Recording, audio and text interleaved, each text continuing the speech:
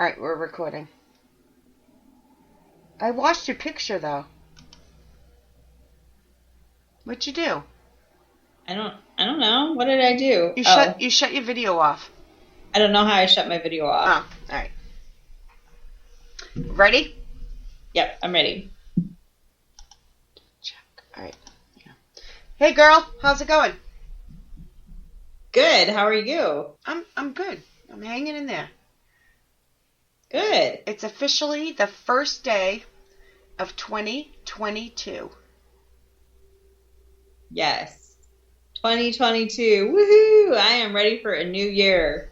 Fresh start. Yeah, because we had like 2 2020s in a row.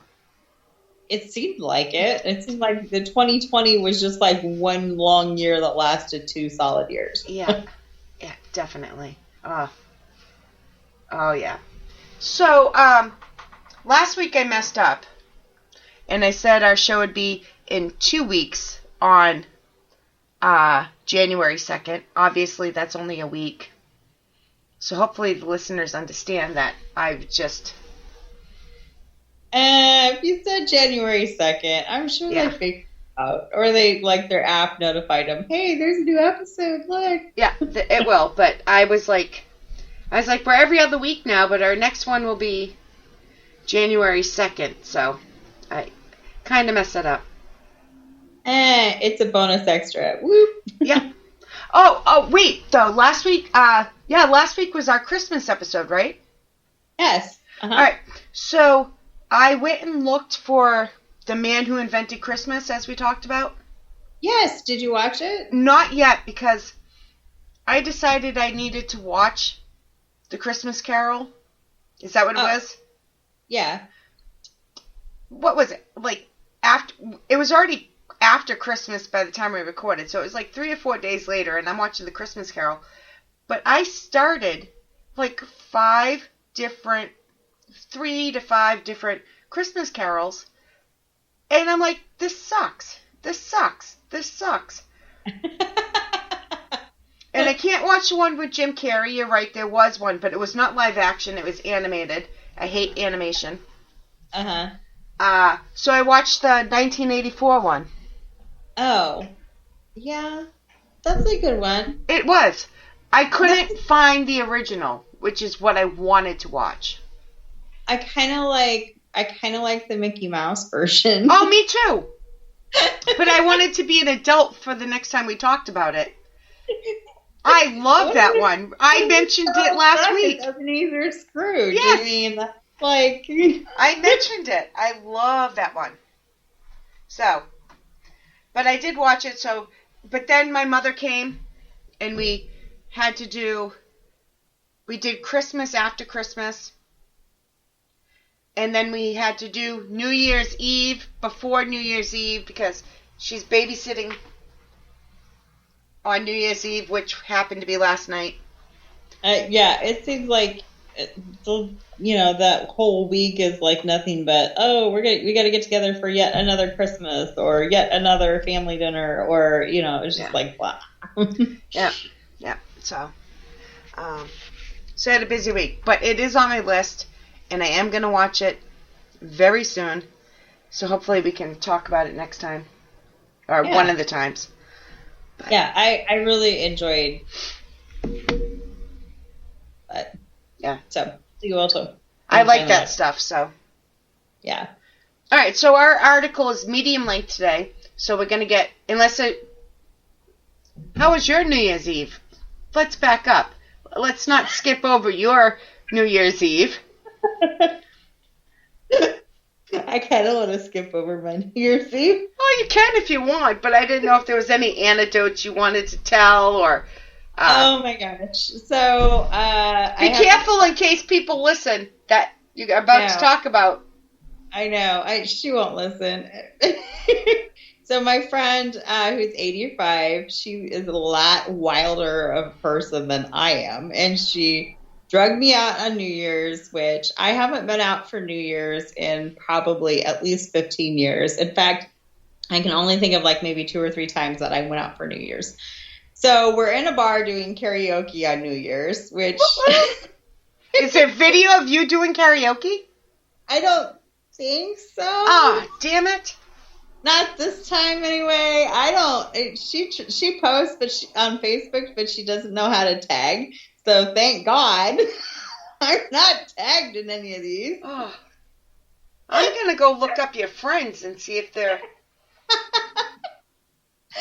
And she always has to take a picture when we're out, always, and post them on Facebook. So I look like a total barfly. And then, she always has to take a picture while we're dancing. She makes me dance and then says, "Oh, take a picture of us dancing." And I'm always like, because I don't dance well, and then to have a picture like while I'm mid twitch or something, I don't know. I don't think anybody really, besides like professional dancers, like taking a picture while you're dancing. But she has to do it every single time, and so that I don't know. And she's like, "Here we go. Come on, get to it." She's so much wilder of a person. Like we're both single. And apparently, she's decided she has to have a kiss at midnight. She had to have a New Year's kiss. And so she's like looking around the bar. She's like, "Who am I kissing at midnight?" And I'm like, "I don't know." She's like, "Pick one, Becca. I'm going to go for it." And you keep in mind, she's 85. And I'm just sitting there going, "You're doing what?" Well, when you first told me the story, I thought she meant she was kissing you at midnight. No, thank God, that's not what she had intended. But yeah, no, she actually went to the owner of the bar and said, "I'm kissing you at midnight," and I think his wife was there. I don't know, but he ended up kissing Bev at midnight, and she was extremely happy. And then she tried to get phone numbers from a whole bunch of guys, and I was just kind of, I don't know. I was there. I hope that's me at 85. Bev is something else. I tell you what, she's fun to go out with because she is so much wilder than I am. But she's not like the kind of wild to get me into a lot of trouble. Just enough to be fun. Yeah. Yeah. I mean, she's 85. Yeah. Reminds me of my stepmother. Seriously. So, that's awesome. We don't want to tell too much, so that's enough of your New Year's Eve, but... Yeah, that pretty much sums it up. Yeah, we can't give names. We can't, for the sake of, if it was my New Year's, I would give names, but Rebecca is very respectful. Yeah, no, Bev is, whoops, and I said her name. Bleep that out. You've said it like 8 times.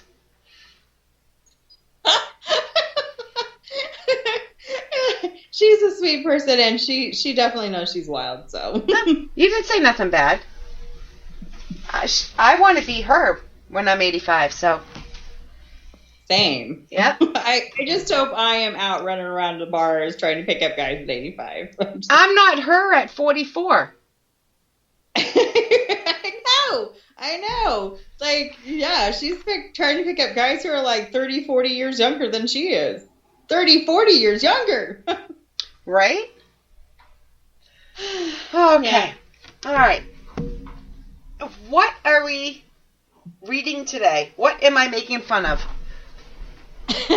Okay, so this one is about DNA, ancestry DNA testing, and it's kind of an interesting one because I think like they always run a sale at Christmas on ancestry DNA kits. So like maybe some of you guys got a DNA kit for Christmas and are thinking about turning it in for ancestry, which full disclosure, I have done this. I enjoy like looking at my DNA profile. So, and totally get into the whole genealogy thing. I love genealogy, but I just, I don't want to find out like my dad's not my dad or one of my long distance cousins murdered somebody. Right. Yeah. So that's kind of what this article is about. Hold on, yeah. Stop. I don't know if you hear my dog chewing on her butt.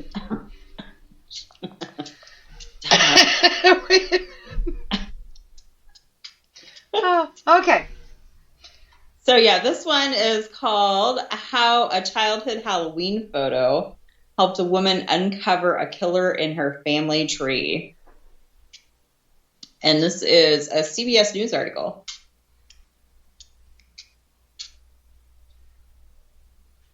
You still there, Shay? Yeah. Okay. You just were really quiet. Like, hey. I couldn't think of anything funny to say about CBS because they're reliable.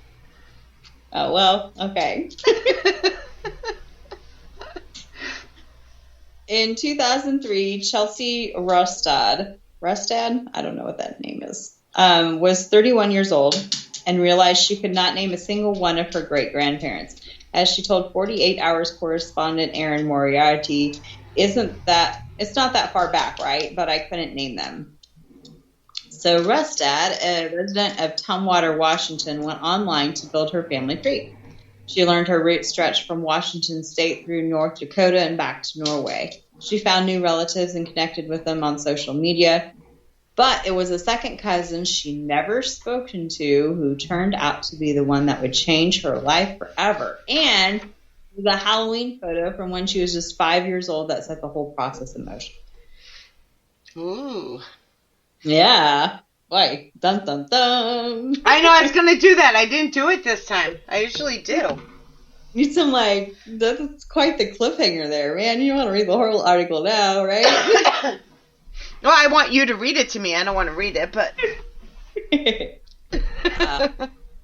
Wherever there's a branch of the tree that or an individual that there's very little info on, I'm kind of extra curious about that person. You know, like, why is there nothing on them, quote unquote, she said.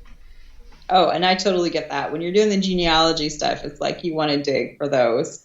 Like, why is there not a lot of on this person, or the ones that have like interesting stuff, and you know, Yeah. Yeah. I would love someday. I'll do it, but I just it can be really addictive. It's a lot of fun. I mean, it sounds really dry, but it's actually a lot of fun. Matt's mother did it. Not to interrupt, but that's my job on the show. Matt's mother did it. Jesus Christ. I moved out of there in 2007, 2008, somewhere around there. So she did it a long time ago. Like when it first started coming out, and it was pretty cool to see. Yeah, it's just, I don't know. There's something about finding articles about people and learning about that person and knowing that they're related to you and they're a part of your family. And my mother's adopted. So that Yeah. would be interesting. All right, back to the story. Sorry. Okay, so when she started her search, Rustad had found a family of second cousins from Snohomish County. I don't know how you say that. Snohomish? God bless you. Yeah, that county. The Talbots. Rustad was able to connect and exchange messages with the sister, but their brother, William Earl Talbot II, was all but invisible. I know this one. Sorry. The most striking thing about him would be his absence. He doesn't have a social media presence, no Facebook, no Instagram, no Twitter, no YouTube. Boy, she is like really digging on this guy, man. I don't know that I ever went quite that far. Anyway. I would. Rustad told Moriarty and A Killer in the Family Tree, usually people have some type of internet presence, and there just was nothing for him, and I thought that was kind of strange. Rustad continued her genealogy work, adding great-great-grandparents and building out branches of her tree. In 2015, she entered an Ancestry DNA contest, submitting a photo of herself at 5 years old, dressed as a ballerina on Halloween. It's a really cute picture, guys, so check out the art. I saw the picture. I can't read the article, guys, so I'm just listening. Yeah, picture's super cute.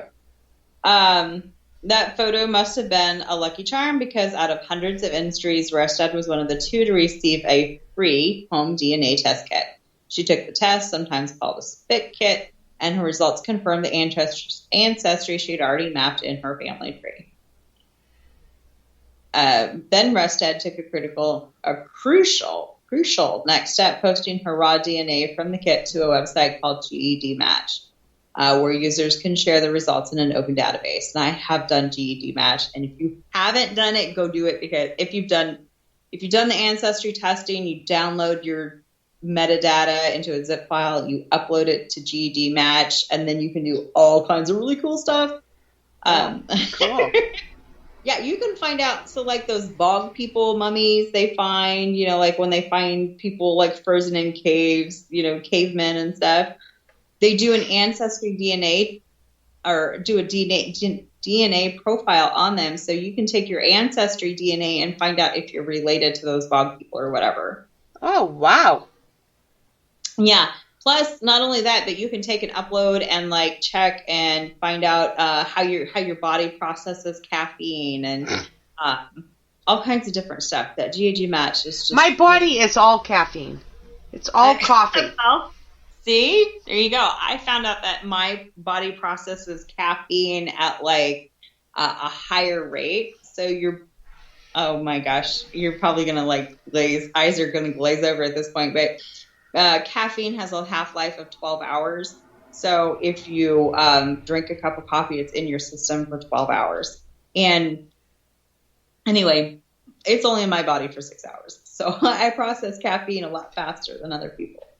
But yeah, I learned that on GED Match. So anyway, if you've done Ancestry... No, that's interesting.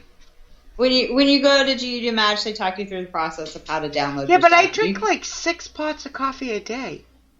See, maybe one of those type of people. That's crazy. Oh yeah, it's really, really interesting, and you can like some of the genetic testing that you would do at a doctor's office, you can actually do from like downloading your ancestry DNA and uploading it to GED Match. Oh, that's pretty cool. It's really cool and really fascinating, and every once in a while I'll go and check out and see what else they've got, but it's fun.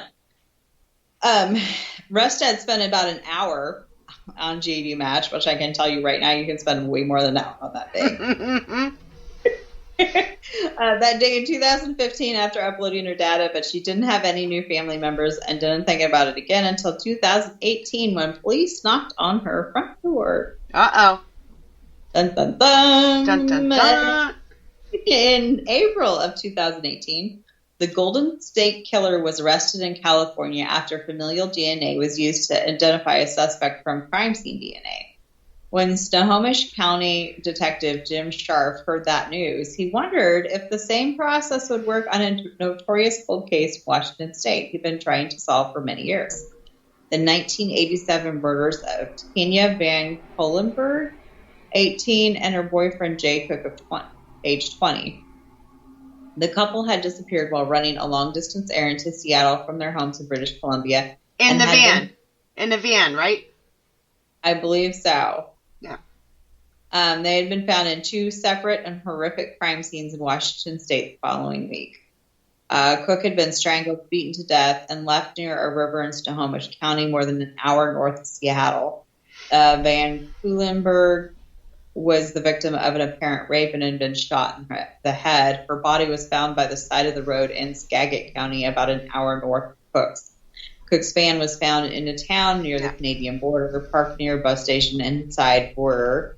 Van Kulenberg's pants stained with stranger's semen that matched semen recovered from her body. Oh, so they had some evidence on this one. It was just before the time.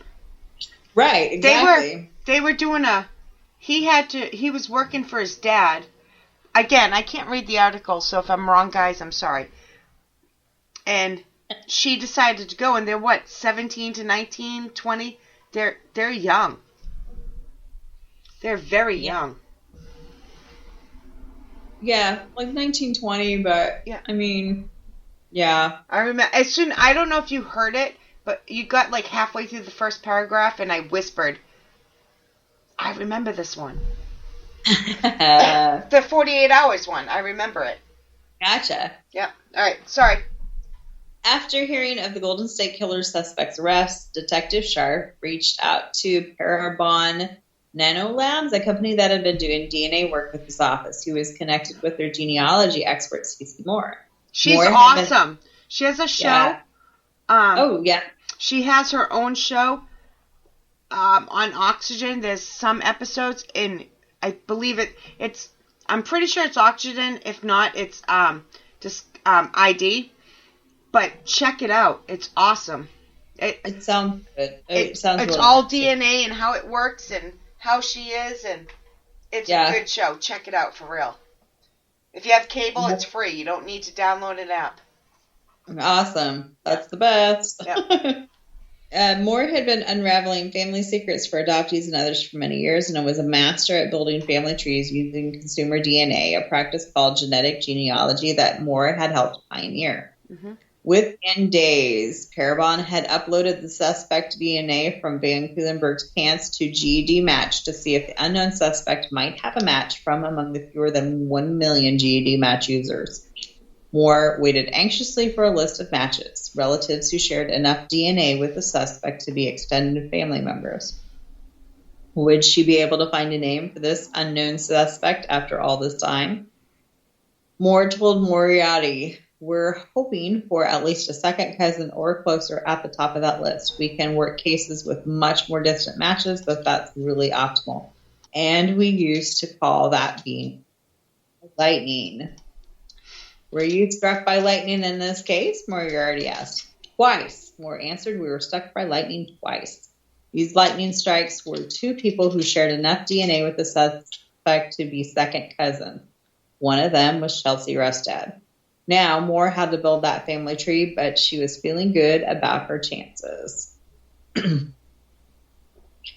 "How long did it take you?" Moriarty asked. "Not as long as I thought it would," Moore said. 12 hours, right? 2 hours. It took her 2 right. hours. 2 hours. Yeah. Which is, like, if you've ever done genealogy work, that's crazy fast. I remember the cop that was interviewed, the detective. Yeah. And he got a call and he's like, how the hell did she, like, and she's having dinner with her kids and doing this, and no, she's really good. Yeah. Yeah. I mean, it's the genealogy stuff. If you have those close matches like that, and it's a well-documented family tree, then it can go fast. But if it's not well-documented and you're digging... Well, I've seen a couple on her episodes. I don't remember. There's not a lot because COVID hit, but she's done both. But she describes exactly every step she takes on the show, how she finds it. It's really neat. It's fun. It's like a treasure hunt. It is. All right, so go on. And suspect she had identified, it was Rustad's mysterious second cousin from Snohomish County, a truck driver named William Earl Talbot II. Talbot was 24 when Cook and Van Cuylenburg were killed and had grown up 7 miles from where Jay's body had been found. When Sharp got the call that Moore had found a name to match the suspect's DNA, he didn't believe it. "I'm like, really? You're not joking?" Sharp said. It had been nearly 31 years since the murders, and Sharp himself had spent decades on the case. Moore had found Talbot's name in just 2 hours. I think she called him the next morning, and he was like, how did you get this in 12 hours? And she's like, actually, it took me 2 hours. Yeah. That's the power of genetic genealogy, Moore told Moriarty. "But how sure were you?" Moriarty asked. "Very sure," said Moore. She had been practicing genetic genealogy for many years, and she knew her results were good because she had spent days double-checking them before telling anyone else. The name William Earl Talbot II meant nothing to Detective Sharp. Talbot had never been on a suspect list, and Talbot had a scant criminal record. Could he really be the person who had committed these very violent crimes? But when Sharp learned that Talbot had grown up just 7 miles from where Jay Cook's body was found, he said, "There's 8 billion people in the world, and you have a DNA profile to someone geographically that's in your backyard? That has to be a good tip." Yeah. So to confirm that tip, Sharp would have to match the DNA from the crime scenes to Talbot. A team tailed Talbot.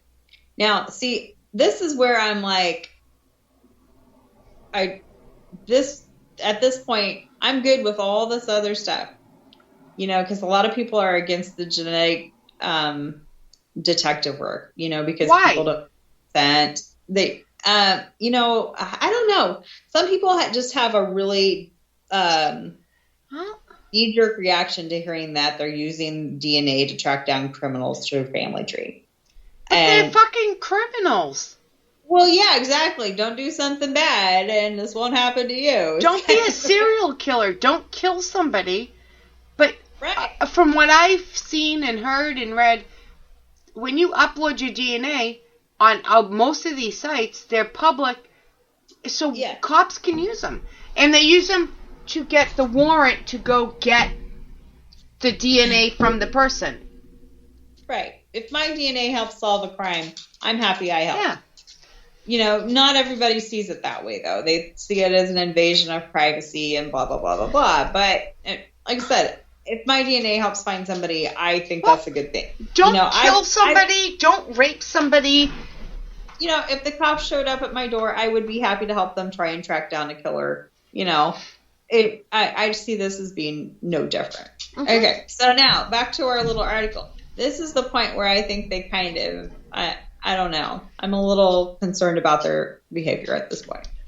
All right, hit me. A team tailed Talbot, eventually retrieving a paper coffee cup that fell from his truck. Yep. When Sharp learned the DNA from the cup was a match, he said he got tears in his eyes. I can't believe it. It's so emotional. And then I'm like, yeah, we got him. All right, so pause. What is your issue with that? They snuck his DNA instead of asking for a warrant to get it. That's how, no. That's how they got the warrant. They can't use the genealogy. So once, if somebody spits on the ground or throws a cigarette, that's why they watch them. They go through the trash. If it's a match, that's how they get the warrant to actually get the real DNA from their mouth. Yeah, I don't know. I just, that part just is like a little, I don't know. You throw away trash, cigarette butt, spit, cup, whatever, and it's all access. Yeah, there's your DNA. Oh. Yep. Yeah. No, but that's how they get the warrant. That's what I was saying before, so I get it. Right. But yeah, and again, we're back to, don't rape and kill people, and this won't happen to you. Yeah, right? Exactly. Scharf made an arrest, and soon after, police were at Chelsea Rustad's front door looking for information about her distant cousin. Rustad told them what she knew about Talbot, which wasn't much. Talbot pleaded not guilty after his arrest, claiming the semen found at the crime scene was from consensual sex. He then went to trial in 2019, and a jury found him guilty. Talbot was sentenced to 2 life terms in prison without parole. He is appealing the verdict. Cece Moore said she's happy to have helped Cook and Van Kulenberg's families who had been living with so much grief and so many unanswered questions for so long. But she was also happy that her first case with law enforcement had been so quick to resolve. Yeah. Yeah, that was her first case. Wow. Yeah. And just for the record, is that the end of the article first? No, there's a couple more paragraphs here. Just so I don't forget, Parabon is also the company that does takes the DNA and can do a relatively fair picture of what they think somebody will look like. Oh, that's kind of interesting. Do you know what I mean? Yeah. They can say they're Irish, Norwegian, they're this, they're that, and they can come up with, they can't say how fat they are or how skinny they are, but they come up with a good idea. That's how that Parabon's the ones that do that. Oh, that's interesting. Yeah. And they did that. Yeah. Oh, yeah. They've been doing it for years. And was it the Golden State Killer? Might have been. Maybe. Or there's another case with 2 brothers. Anyways, if you look at what age they were then and what picture they came up with, they do really good. Interesting. Yeah. Let's see. I had doubts all these years. I was concerned about making this decision, and I finally decided to go ahead, Moore said. And the research just fell into place, which is unusual. I have never had another case where the pieces came together in only 2 hours. And so it does sort of feel like it was a sign, if you believe in those type of things, that I had made the right decision. Yeah. In the 3.5 years since finding Talbot on GED Match, Moore says she's gone on to locate nearly 200 unknown suspects and victims for law enforcement using genetic genealogy. Victims? She does victims too? That's a good idea. Jane Doe's. John Doe's, Jane Doe's. Yeah, she does. I think there was one near me where like a newborn baby had been tossed into the river, and they did like genetic genealogy recently. Probably. To find the mom. Yep, probably. Yeah. And I wanted to apologize to the listeners before we go on. That is me. You hear sniffling. I can't help it. Sorry. I'm muting the coughs, but I can't. I'm trying to breathe. Yeah.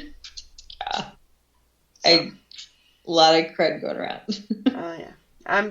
The COVID kicked my ass, and I had it mild compared to most people. Yeah. So. All right. Here we go. And in the end, Restad did connect with family members she had never known of before, the families of Jay Cook and Tanya Van Cuylenburg. After Talbot's conviction, Restad attended the sentencing and got to meet Tanya and Jay's families and express her support.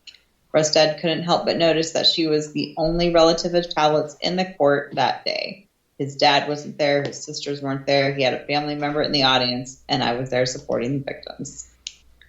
The old Halloween photo that helped launch this journey has a whole different meaning to her now. By haunting evidence, it was taken in 1987, just a few weeks before Cook and Van Cuylenburg were killed. Yeah. Restad said she's proud that her DNA proved so useful and says to those who may feel nervous to unlock secrets in their own DNA, all it's going to show you is the truth and nothing more. Right? There's so many people out there doing it that... Like, I'm sorry if you feel like you're being invaded, your personal space, or, but there's so many people out there. It doesn't matter now because, they're gonna find you. Just don't rape anybody. Don't be an asshole and rape anybody, or be a serial killer, or murder somebody, and you'll be upset. I mean, yeah, it's just, I'm glad that a lot of these cold cases are getting solved. No, I am too. Waiting that long to know who killed your family. That's And like the case of that baby where they found the mom. I mean, that one was heartbreaking for the people who found the baby. It was really heartbreaking for them. There was, she's got a really nice monument at the cemetery because so many people had cared for that baby, and then to find the mom and get people got closure on that. So sad. It was a sad thing. It really, really is.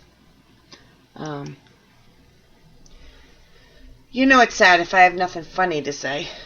Yeah, but I mean, I think this DNA, I think it's fingerprinting. Fingerprinting, when they first started doing that, they have the same thing, you know, but the bottom line, I think for my feelings is don't do something wrong and you won't have.